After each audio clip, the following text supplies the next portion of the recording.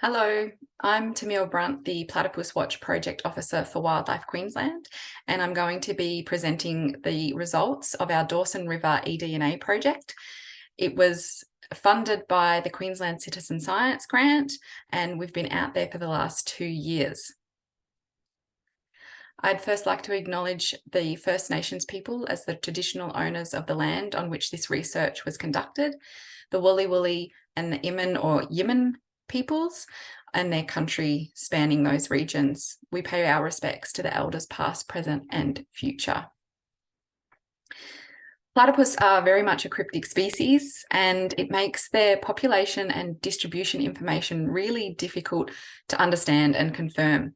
We also have a very large distribution of platypus here in Queensland, from the border through to Cooktown and as far as west as we know in Carnarvon Gorge. Wildlife Queensland has a community-based program with observational surveys and eDNA to become effective tools for monitoring this species. Using the revolutionary eDNA method, we've been able to take this out to the Dawson region and gain 2 years of baseline data, which has been really important information within that region. eDNA is effective, it's simple at confirming the presence of platypus in areas. It's cost-effective and accurate and is really low on environmental impact. The platypus is an iconic Australian mammal, and they are classified as near threatened on the International Union for Conservation of Nature Red List. Due to human encroachment on platypus habitat, localised declines have been recorded within these parts of their range due to modifying waterways with dams and weirs, water pollution, habitat destruction from urban development, and agriculture and climate change. Under the current climate and threats, platypus abundance and occupancy is predicted to decline over the next 50 years, causing localised extinction across approximately 40% of its range. Their elusive behaviour makes it very difficult to understand their populations and to estimate sizes and trends. And here in central Queensland, we very much have a lack of monitoring data and observational records.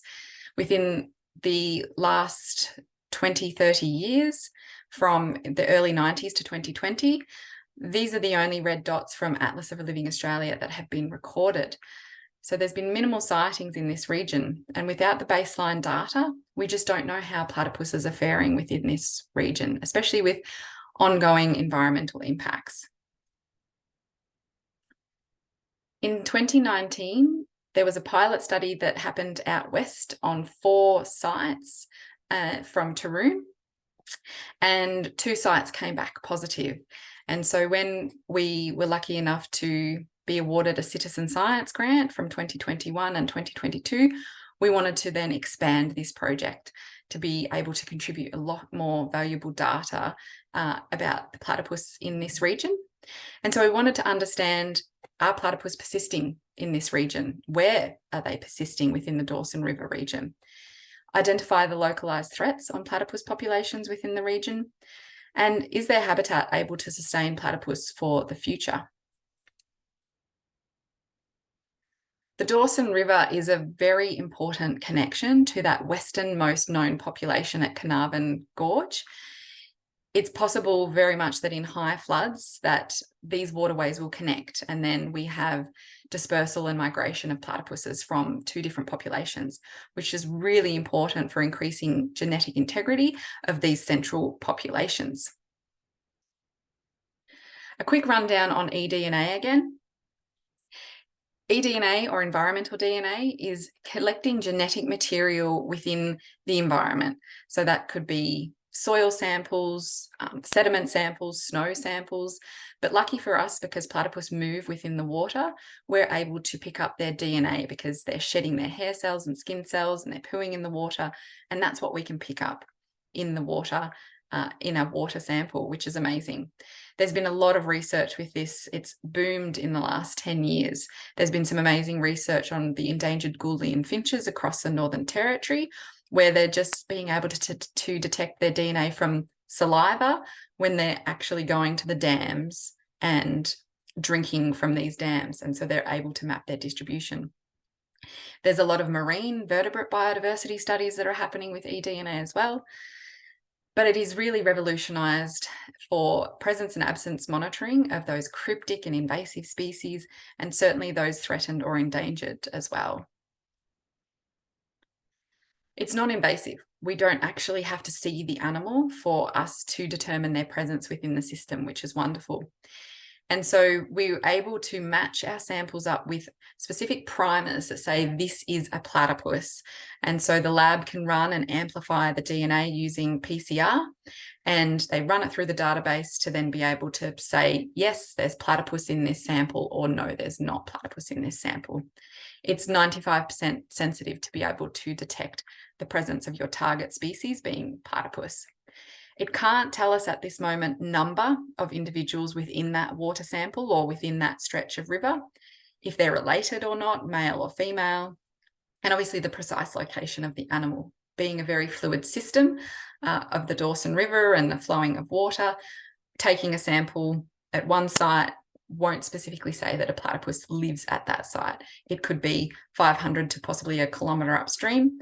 And it also depends on how fast the DNA is degrading in the system. So the flow and the amount of water will dilute the concentration of DNA, and temperature and UV will also degrade those tiny fragments of DNA that we're trying to pick up as well. So there are limitations, but the fact that we can do multiple sampling sites along a waterway over multiple years, we're able to then build up confidence and understanding of where those platypus populations are persisting in the system. So in 2021, we launched the Citizen Science project for the Dawson River, and we went out for 2 community events, one at Taroom and one at Theodore, to gain interest of your local communities, which was wonderful. We had a few people turn up, and we also had 6 citizen scientists jump on board to be able to go out and take samples with us as well, which was wonderful. It certainly helped us being able to collect those samples across a wide range of areas. So the private property owners and local families were able to head out and take a water sample with our kits that we had, which was great.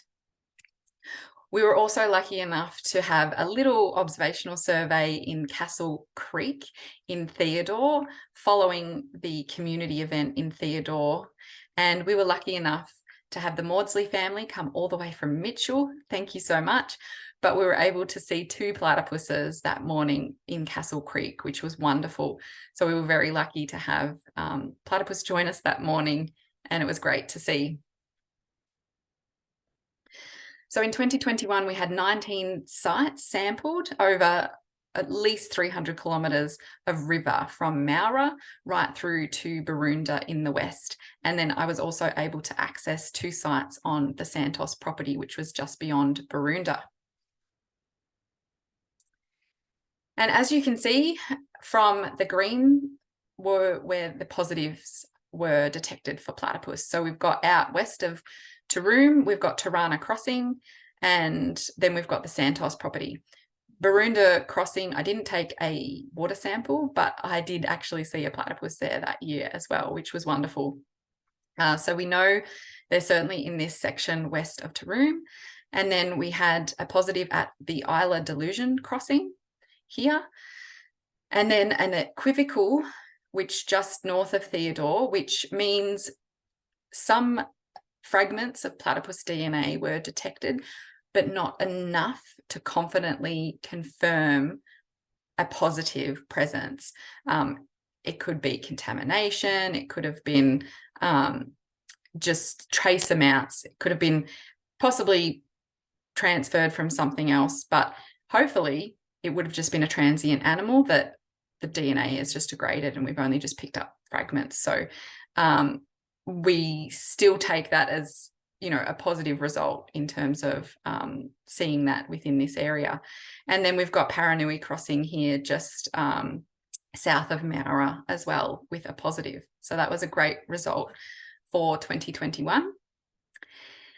And then I headed back out in 2022 and we sampled 20 sites. This year I went all the way up to Baralaba and then as far out again as west as Barunda. So about 350 kilometres of river. And again, as you can see, Taroom, west of Taroom, this is Barunda again, so we had a positive here. And then we had Hornbank and Tarana Crossing, and then a private property on speculation out of Taroom there. So they were equivocal as well, which is still good to see. There's traces of DNA in that system. And then we go through to Southend. Thank you to Marjorie Joyce. We had an equivocal there, so that's again positive. And then we also had at the Theodore Junction, I took a sample there as well. I did actually see platypus there multiple mornings when I was wandering down there, and I was lucky enough to see them. But then we had no hits north of Theodore through to Mowra, and nothing in Barralabar. And so the limitations in this system were the 0.22 microns in the first year. It was very hard to sample the turbidity with the turbidity of the water, and so that clogged up the filters really quickly, and we couldn't get a lot of water pass through those filters. So we were even lucky enough to get positives even with the small amounts that we were getting, so that was still good, but it was a real struggle. I know our citizen scientists were like, come on, Tam, this is a bit ridiculous, and they were popping filters, and it was a really hard going. We had the corking gun contraptions going to really try and get the water amounts through, but the turbidity certainly reduced our ability to do that with those fine filters. So in 2022, we upgraded to a 5 micron filter, which made a lot of difference. We were able to get the 500 mils through quite easily, if not more, which was amazing. So that was really great. There's also issues because it is such a large river system. So there is a lot of water volume, and that can dilute the concentration of DNA. So those equivocals that we saw is possibly because of the dilution of the DNA. There is platypus there, but the dilution rate, because it is such a big water body, we're just not getting that. Then also we had floods in late 2021 and early 2022, and the volume and velocity of the water will also very much dilute the platypus DNA. So possible that those equivocals are just the diluted DNA, and being able to go out and then resample and gain confidence in our data, that's the important thing. Also was we didn't reach a lot of other private property holders, so there was a lot of access between sites that we couldn't get to. So that would be something that we'd like to get out and about and make ourselves known to get other property holders on board to be able to go and sample their own sites on their properties along the Dawson River, which would be really great. So with our research questions and the issues addressed, are platypus populations persisting in the region? Well, yes, clearly. And that's great that over 3 years, we've been able to detect that there's clearly west of Taroom and then around Theodore that we've got platypus persisting in those areas. How many or how well? Unfortunately, eDNA cannot determine that for us. And so there's further investigations that need to be in place to do that. Identifying localized threats for platypus populations. Interestingly, there's 7 weirs between Barralabar through to Taroom, and that will very much cause barriers for platypus populations. And so for them to be able to move, it's a very solid barrier for them to be able to do so.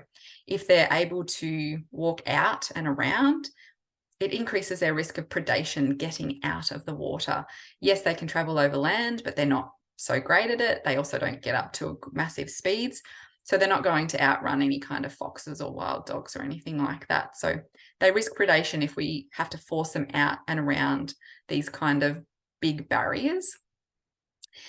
The turbidity is possibly also impacting their food source because it could be smothering areas where their food source, which is aquatic macroinvertebrates, so our water bugs, so dragonfly larvae, caddisfly larvae, turbidity and pH and all the different water parameters will influence the abundance and diversity of those water bugs. And so that turbidity could be impacting platypus in being able to forage in certain areas because of that. And there was some bank erosion in some areas as well, so that reduced stability causing that sedimentation and turbidity in the system, but also impacting burrowing sites for platypuses as well. Female platypuses can burrow up to 30 metres, but they need obviously stable, secure banks to be able to do that. So as you can see, it's quite interesting with our results that there possibly is that barrier. It would be, like I said, great to further investigate in between here, like Nathan Gorge I didn't get into. But as you can see, just from, Isla Delusion crossing through to Taroom, we've got 3 weirs. We've got Orange Creek weir, we've got Gryandra weir, and we've got Glebe weir. And so they're 3 barriers that are possibly, or if not clearly, disconnecting those systems. Because we're seeing this western region and then this area around Theodore, but then further investigation in terms of connectivity through here would be certainly really interesting. And is the habitat able to sustain platypuses for the future? Well, clearly it's got a platypus population there. One of the main things for platypus is certainly the permanent water that the Dawson River provides within that region. And talking to the locals, which are an amazing wealth of knowledge, and I appreciate you all sharing your knowledge about the Dawson and the changes of seasons and the water and how the drought has affected the areas, because there are refuge pools from what I've been hearing from locals, is that, and they're really important for platypus to be able to hold out in drought times. And that's obviously worked because west of Taroom, they've held out in drought, and obviously areas further downstream as well. There's areas of great intact riparian vegetation, a lot of, river red gums and the melaleucas and callistemons and things that are really holding strong. And also the lomandras and the sedges really doing their job to hold and stabilize those banks, which is brilliant.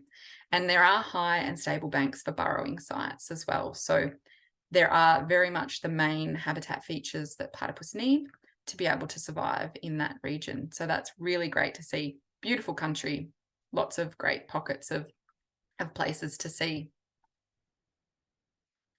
So what next? It would be really great, and we will strive to continue monitoring. We want to encourage locals to get out and report observational sightings. We want to increase our eDNA number of sites, locations, and expand, get into areas where we hadn't been able to get into before, and possibly go beyond and do the whole Fitzroy Basin right through where it joins the other systems downstream. It would be really great to assess their resources. So habitat and food, do habitat assessments and the water bug assessments, understand the diversity and abundance of what the food that they're eating, and is the turbidity actually having a massive impact in certain areas on their food source? That would be really interesting to look into. Another main research project would be their genetics. What is the genetic integrity of those populations? There's been recent research that has come out about dams and how much it has cut off genetics between below dams and above dams of platypus, and they just can't connect, and there's no gene flow between those two in the same river system. And I would say it's very much the same thing here in the Dawson, but again, it would be really interesting to understand that. And then that would go into very much movement research. What can we do to then innovate and create that movement within that system? Dams and weirs are here to stay, so we need to understand how we can mitigate that within the connectivity, not just fish ladders or whatever else they may use for other species to connect. We need to start actually making sure it's being used, and a platypus ladder, pathways, something to be able to get platypus from downstream and up above those weirs and dams, which would be really important. So that also would be a great project to understand and innovate how we can best do that, because we do have a lot of fragmentations across river systems because of weirs and dams. And so it's certainly something that we need to further look into. If you have any further information or questions that you want to know about, please contact me directly at platypus@wildlife.org.au, and you can look at our Wildlife Queensland website and the Upper Dawson project. It will have all our information over the last 2 years regarding this project. And one thing to remind is also, while I was in Taroom and I was walking along the 400-metre stretch within town, I came across 3 abandoned opera house nets. And one, as you can see, had dead fish in here. Thank goodness nothing else was found in the other ones, because they are death traps for platypuses. This size is illegal, 7 to 10 centimetres. Platypuses can easily travel squeeze in through the 7 to 10 centimetre rings, and they end up drowning. It's a horrific death, but also very scary for these populations. Any animal dying of unnatural causes in this sense is a real blow to the population and the numbers of the platypus. So please, we have alternatives, the wildlife-friendly open pyramid nets. Yes, platypus will be able to go in and take a feed of yabbies from you, but they're not obviously going to be able to drown. And it's also other species as well, turtles, water birds, a lot of other things get trapped in them. So please very much go to an alternative with this. If you can't, for whatever reason, you need to modify the entrance of these nets. The 7 to 10 centimetres you can't use in freshwater waterways, and so the Dawson River, but the 5 centimetres, they need to be modified to a 5 centimetre opening if need be. But baby platypuses can still squeeze through that quite easily. They're very streamlined, very tiny, only up to 300, 400 grams. So we're really encouraging people to get on board with the open top pyramids. So please share the word far and wide regarding these death traps here. So that would be great. Thank you. And a big thank you to our citizen scientists and the people who joined the workshops back in 2021. It was wonderful to have you along, and I appreciate your wealth of knowledge about the region and opening up and telling me those stories. Specifically, we had the citizen scientists come back on board, the Churlin family, thank you very much. The Maudsley family from Mitchell coming all that way, thank you. The Brunton family, Russell and his girls, thank you very much. Marjorie Joyce, thank you. Leanne Brownlee, Rose Connolly, thanks for being our tour guide in 2021. And Peter Adams, thank you so much for coming on and supporting our Taroom region with our Platypus Watch. It's been wonderful to have you. And to our Wildlife Queensland Upper Dawson branch, thank you. And specifically Anne Hobson, who was great to have you on board and getting me known in the area and getting me in touch with people that I needed to. And Helen Keys for helping distribute the flyers and get people on board to come to our workshops. And Lorraine Hellier for following up this year as well. Thank you.